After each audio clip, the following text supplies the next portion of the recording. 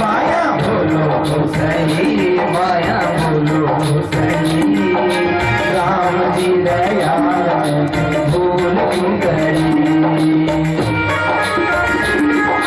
जय हो मीरा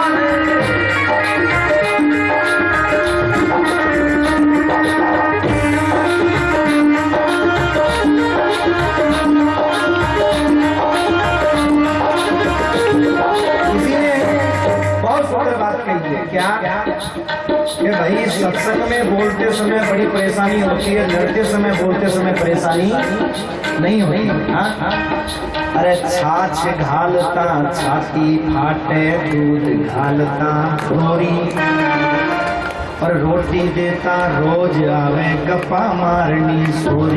बाया बोलो सही, बाया बोलो माया बोलो सही, माया बोलो सही, राम जी दया भूल क्यों गई।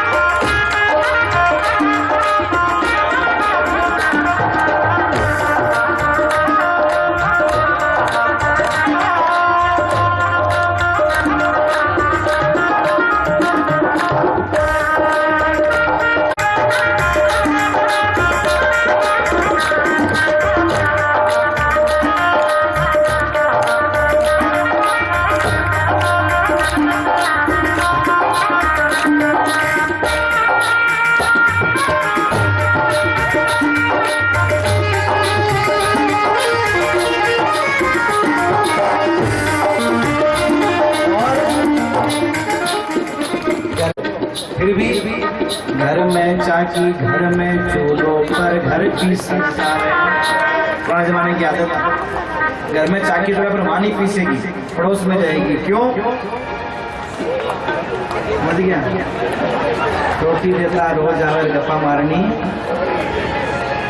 अच्छा, और जब गप्पा मारने के लिए बैठ जावे जना, घर में चाकी, घर में चूल्हों पर घर की सन जावे, और आपस में जब बाता लागे चून गंडकड़ा खावे। माया बोलो सही, माया बोलो सही, राम जी दया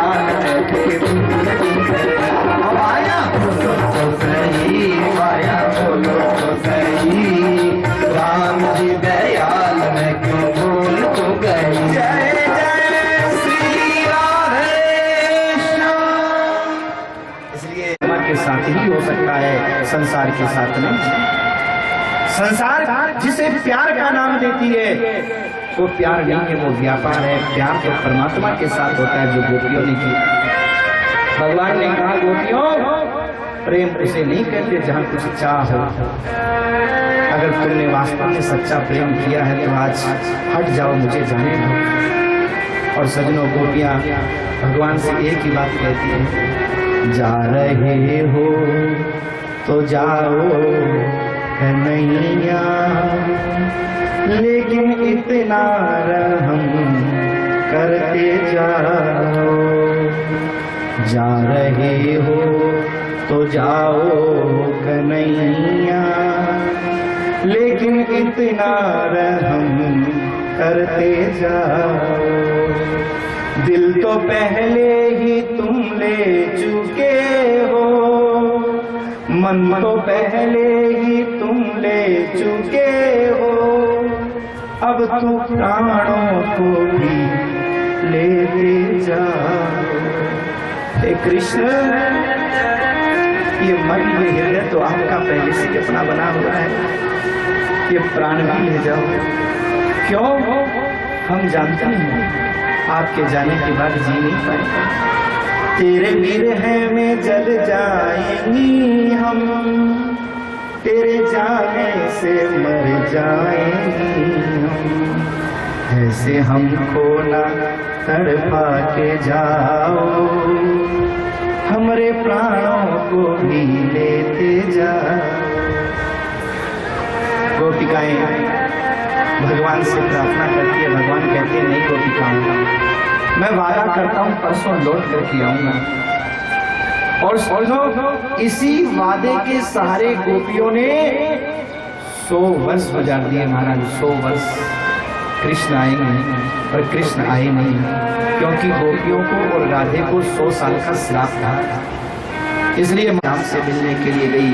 मैं कभी श्याम राधा से मिलने के लिए आई, तड़पते रहे, रोते रहे, और राधा श्याम से पूछती रही, क्या क्या हो गई खता जो छोड़ दिया मोहन, क्या हो गई खता जो छोड़ दिया मोहन, क्या हो गई खता जो छोड़ दिया मोहन, क्या हो गई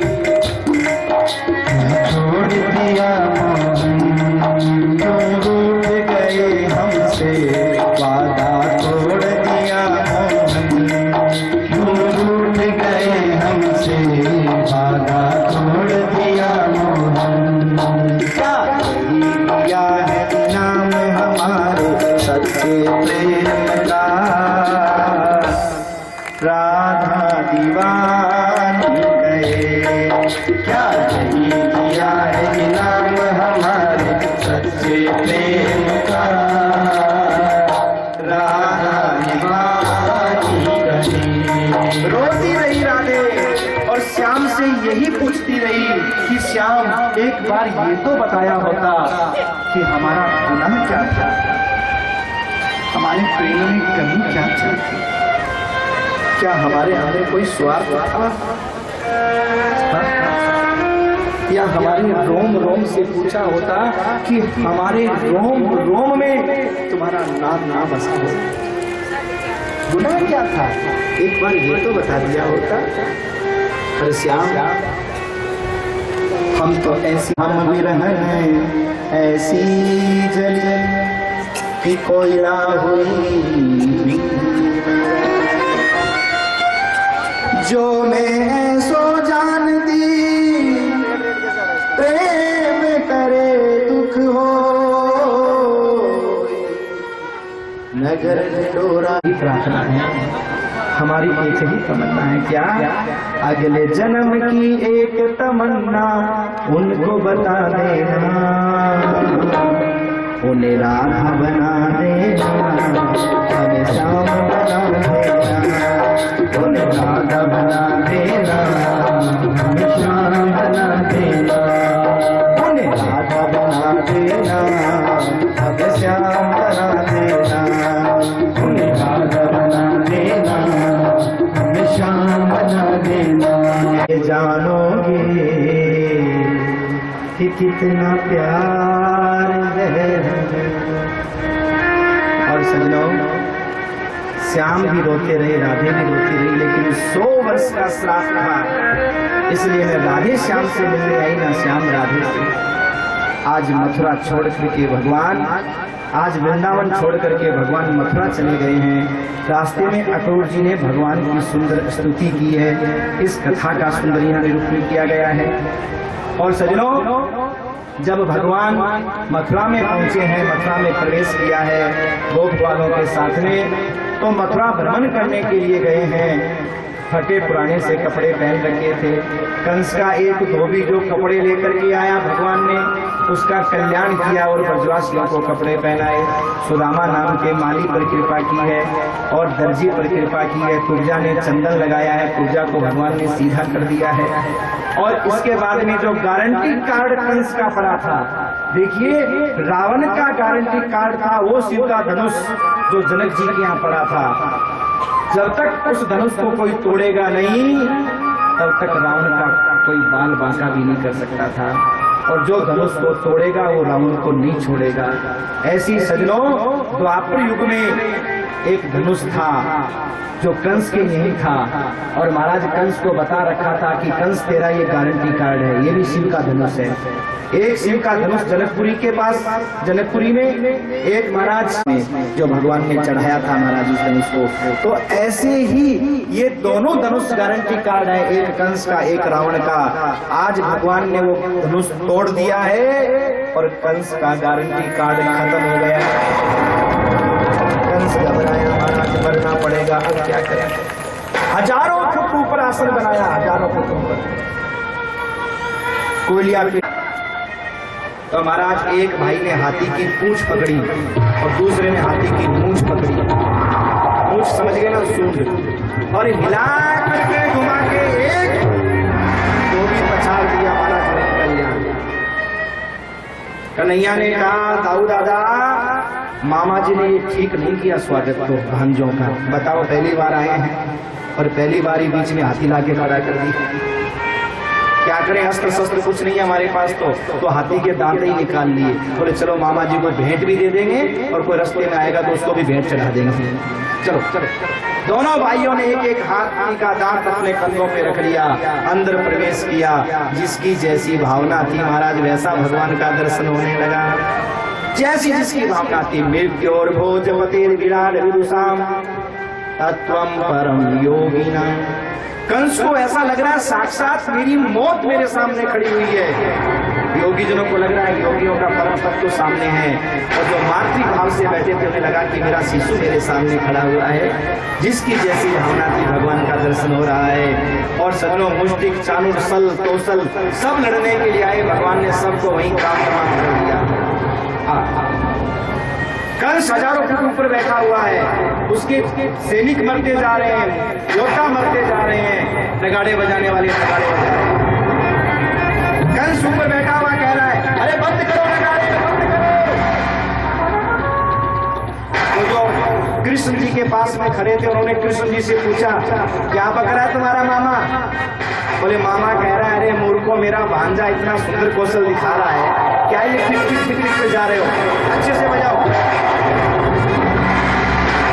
और जो कंस के पास में खड़े थे उन्होंने मन में सोचा सरकार पलटने वाली है, नगाड़े नहीं बजाए तो कृष्ण के हाथ में सरकार आएगी और कृष्ण बहुत मार मारेगा। तो उन्होंने आंख ही बंद कर ली नगाड़े बजाने, देख लिए क्या बन रहा है। कंस जोर जोर से नगाड़े कंस जा रहा है, पकड़ लो, बांध लो, भाग नहीं पाए, जा नहीं पाए, सब मिलकर के मारो। कन्हैया ने छलांग लगा दी महाराज ऊपर, हजारों फुट ऊपर जाकर के पकड़ लिया, मामा के केसों को पकड़ लिया। मामा मरने के लिए तैयार हो जा। कंस कह रहा है भांजे छोड़ दे। मामा तू जो बक रहा है ना इतनी देर से, जब दीपक बुझता है तो उसकी लौ बहुत तेज होती है, तो तेरा दीपक भी बुझने वाला है। अब तू मरने के लिए तैयार हो जा। माफी मांगने लगा तो कृष्ण ने कहा मामा अब माफी की जगह बची ही नहीं है। अरे तेरा पुण्य तो उसी दिन नष्ट हो गया था जब तूने अपनी बहन मेरी माँ देवकी के केसों को पकड़ा था। मामा अब क्षमा की कोई गुंजाइश ही नहीं है। अरे एक पल के लिए तूने मेरी माँ से अगर क्षमा मांग ली होती तो मामा हो सकता है तेरे प्राण फिर भी बच जाते। पर जिस बहन ने तेरे हाथ में राखी बांधी, उस हाथ में राखी बांधी जिस हाथ का सहारा हमेशा अपने दुख के लिए सोचती रही कि ये हाथ मेरे दुख में सहारा बनेंगे, और उन्हीं हाथों में दुख पैदा कर दिया। मामा ऐसे हाथों को रहने का कोई अधिकार नहीं है। और पकड़ करके कंस के बालों को घुमाया चारों तरफ, दे दिया नीचे, आराम से नीचे आकर के कंस गिरा। महाराज उसका गोविंदाय नमो नमः हो गया, कल्याण हो गया। बोलो कृष्ण का त्रिलोकी का भार लेकर के भगवान कूदे और महाराज कल्याण कर दिया। कंस के जो और भाई थे उनका भी भगवान ने कल्याण किया। और इसके बाद के सजनों अपने माता पिता की हथकड़ियां और बेड़ियां भगवान ने महाराज अपने मुख से तोड़ी है। मातरम पितरम चैव मोचित्वात बंधना, अपने दांतों से हथकड़ियां बेड़ियां तोड़ करके भगवान ने बंधन से मुक्त करवाया है। और सजनों ये दो श्लोक बहुत सुंदर भगवान ने अपने मुख से बोले हैं। भागवत के 10वें स्कंद के 45वें अध्याय का 6वां और 7वां श्लोक, एक श्लोक गुनगुना लेते हैं। भगवान की जय कल्प आत्मान चय धनेन चय वृत्ति न दत्या तम प्रेत्य स्वयं संखादयन्ति। जो अपने तन मन और धन से माता पिता की सेवा नहीं करता, जो बूढ़ों की सेवा नहीं करता। देखो मैं अपनी तरफ से नहीं बोल रहा हूँ, भागवत के 10वें स्कंद के 45वें अध्याय का 6वां श्लोक है और भगवान श्री कृष्ण ने अपने मुंह से स्वयं कहा है कि जो अपने बुजुर्गों की सेवा नहीं करता, जो अपने माँ बाप की सेवा नहीं करता, तन मन धन से केवल अपना पेट पालता रहता है, बोले ऐसा व्यक्ति जब मरता है, ऊपर जाता है, उसे खाने को कुछ नहीं मिलता।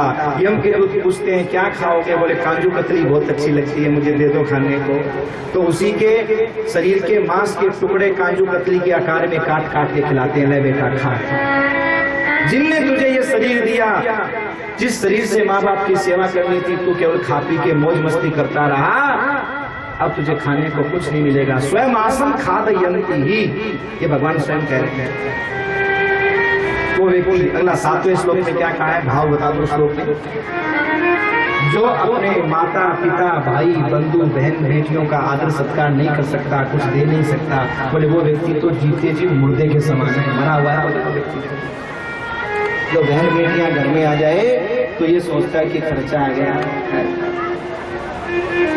कब जाए कब जाए, बोले मरा हुआ व्यक्ति भगवान स्वयं कह रहे हैं इस बात। इसके बाद सजनों, भगवान बिल्कुल किस्मत जी चाहते थे मेरी पुत्री का विवाह द्वारिकाधीश के साथ में हो, लेकिन औलाद के सामने बाप की चलती नहीं है। जब बेटों के सामने पिता की नहीं चले तो समझदार पिता कि दूल्हा देखने का बड़ा महाराज मन का, तो सारी जितनी माताएं सब कहने लगी क्या दूल्हा मिला, वह क्या दूल्हा मिला है। अरे रुक्मिणी का तो बात खुल गया। भीष्म जी बोले अरे सबको मना करो, इतनी सारी इकट्ठी होकर के दुआएं देने लग गई। अरे ये दूल्हा नहीं है, किस किस को समझाएं कि ये दूल्हा नहीं है, वो दूसरा है दूल्हा, तो ये तो ऐसे ही है। सब माताओं ने कहा हे भगवान मारो कोई व्रत बड़ को लो राम नेम कोई कुओ पूजन को जो भी करे लो है, यहाँ लिखी हुई है ये बात। तो हे भगवान सारो रुक्मिणी ने लाकर कोई बींद मिलना चाहिए, रुक्मिणी ने कोई दुल्हन मिलना चाहिए। जरा सोचो पूरे गांव की दुआएं एक साथ हो और बाप की दुआएं साथ में हो, तो अकेला बेटा कैसे अपनी बहन को महाराज शिशुपाल को दे सकता है। और वही रुक्मिणी पूजन करने के लिए गई। शिशुपाल को पता चला, सुबह सुबह का समय था, सुबह सुबह उठाई था वो, मुंह भी नहीं धोया उसने, मुंह में लाल टपक रही, आंखें में गिड़ लाग रहे हो। रुक्मी को बुलाया, रुक्मी तेरी बहन कहाँ है, बोले वो तो पूजन करने के लिए गई है। अरे बुला बुला बुला, पूजन वूजन बाद में होंगे, फिर जल्दी से बुला करके तेरी बहन के साथ मेरे फेरे करवा। सुबह सुबह मुंह धोए नहीं। रुक्मी बोला अरे पगले मुंह तो धो ले, इतनी जल्दी क्या है, हो जाएगा, फेरे होने हैं। शिशुपाल कहता है तुझे नहीं पता वो छलिया मेरा भाई कृष्ण आ गया है, आ जाने दे, क्या कर लेगा वो, तेरी सेना मेरी सेना दंतवक्र की सेना जरासंध की सेना क्या कर लेगा वो।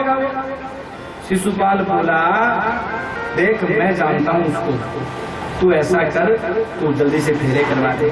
रुक्मी कह यार मुंह धोना, फालतू की बातें करे, मुंडे में लाल पड़ रही है, आंखें में कीचड़ जम रही है, फेरा करवा दे, मुंह धो। शिशुपाल बोला देख मित्र तेरी बहन से शादी हो गई ना तो मुंह तो जिंदगी में धोता रहूंगा, और अगर शादी नहीं हुई तो तुम मुंह धोने की बात करता है, मैं लोगों को मुंह दिखाने लायक नहीं रहूंगा। भाई हाथ जोड़ना करा दे तेरी बहन के साथ। यार तू फालतू बातें मत कर, कायरों जैसी। के लिए गई, भगवान रथ लेकर के पहुंचे और ले जाने के बाद में रुक्मिणी का हाथ पकड़ा, रथ में बिठाया और ले जाकर के ऊपर महाराज शंख बजाया। कल को कोई ये नहीं कहते चोरी से लेकर के गया, शंख बजाया और जैसे ही शंख बजाया तो दोनों तरफ सेना ऐसे खड़ी थी, धनुष बाण तान करके शंख बजा, हाथ हिला, बाण छूटे, एक दूसरे से टकराए, एक दूसरे को मारना शुरू कर दिया। लोग लड़ने लग गए। कोई बूढ़ा था, क्यों लड़ रहे हो मूर्खों, जिसके लिए खड़े थे वो कहाँ है, अरे रुक्मिणी कहाँ है। तो भगवान बोले इधर है इधर इधर इधर इधर। अरे ले गया ले गया ले गया ले गया ले गया ले गया। अरे रुक्मिणी रमण भगवान की महाराज रुक्मिणी को लेकर के भगवान गए, कृष्ण जी के पास से निकले। दाऊद कन्हैया ने प्रणाम किया, दाऊदा जी का लेकर के बहू को घर पहुंच, आशीर्वाद वही दूंगा। यहाँ युद्ध में थोड़ा काम सल्टा के हथा हूँ। नारायणी सेना लेकर के गए, लड़ने लगे। रुक्मी शिशुपाल के पास आया, शिशुपाल सुहाना लगता है